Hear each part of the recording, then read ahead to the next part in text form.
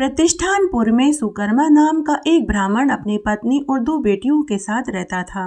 वह गांव में भिक्षा मांग कर लाता, यही उसकी आजीविका का साधन था। एक दिन वह भिक्षा मांगने के लिए जा रहा था तो उसने गांव की महिलाओं को रविवार का व्रत और पूजन करते हुए देखा, तो उन्होंने पूजन का सामान छुपा लिया। ब्राह्मण पूछने लगा कि तुम किस देवता का पूजन कर रही हो और इस व्रत को करने से क्या फल मिलता है, कृपया करके मुझे भी बताओ।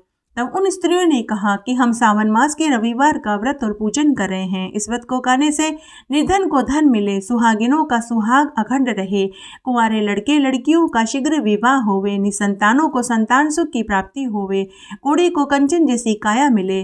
तब ब्राह्मण ने उनसे व्रत की विधि पूछी। तब उन महिलाओं में से एक ने कहा कि सावन मास में शुक्ल पक्ष के पहले रविवार को स्नान आदि से निवृत्त होकर व्रत का संकल्प लेना चाहिए और पान के पत्ते पर 12 परीत का मंडल बनाकर लाल चंदन से गोलाकार बनाए। मंडल में संज्ञा नाम की स्त्री सहित सूर्य भगवान की पूजा करें। अक्षत, जपा, पुष्पों और नारियल को अर्पित करें। नारियल, गिरी, खांड, चीनी से सूर्य मंत्रों को पढ़कर नैवेद्य अर्पित करें। सूर्य के 12 नामों के साथ प्रणाम, नमस्कार और सूर्य को अर्घ्य देवें।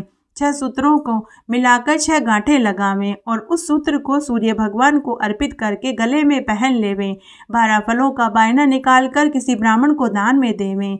इस व्रत का पूरा फल पाने के लिए व्रत का उद्यापन अवश्य करें। अब वह ब्राह्मण इस व्रत को अपनी पत्नी और दोनों बेटियों के साथ करने लगा। उस व्रत को करने से उसकी दोनों बेटियां रूपवती और गुणवती हो गई। घर धन लक्ष्मी से भर गया। एक दिन नगर के राजा ने ब्राह्मण की दोनों बेटियों को देखा तो वह उनके रूप पर मंत्र मुग्ध हो गया। राजा ने ब्राह्मण की दोनों बेटियों से विवाह कर लिया। दोनों कन्याएं भी राजा को पति रूप में पाकर बहुत खुश हुई। इस व्रत के प्रताप से वे पुत्र पौत्रों से संपन्न हो गई। भगवान शिव कहते हैं कि इस कथा को सुनने मात्र से मनुष्य की सभी इच्छाएं पूरी हो जाती हैं।